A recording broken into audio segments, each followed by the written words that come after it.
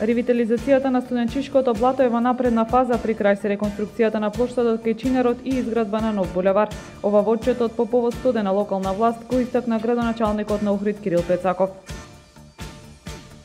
Градоначалниците на ВМРО ДПМН во првите 100 дена отпочнаа 1090 проекти, наспроти 0 отчети и 0 започнати проекти во општините на СДСМ и ДУИ, истакна денеска во Охрид партискиот лидер Мицкоски, каде отчет за сработиното дадоа градоначалниците од регионот. Собствениците на имоти главно го поддржуваат нацрт законот за прогласување на студенчишкото блато за парк на природата.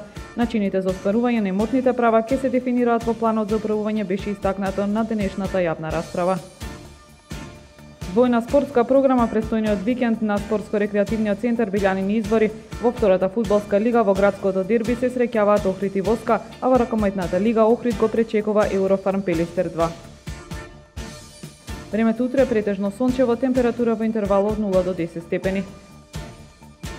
Следевте една минута вести на Охрид Нјуз.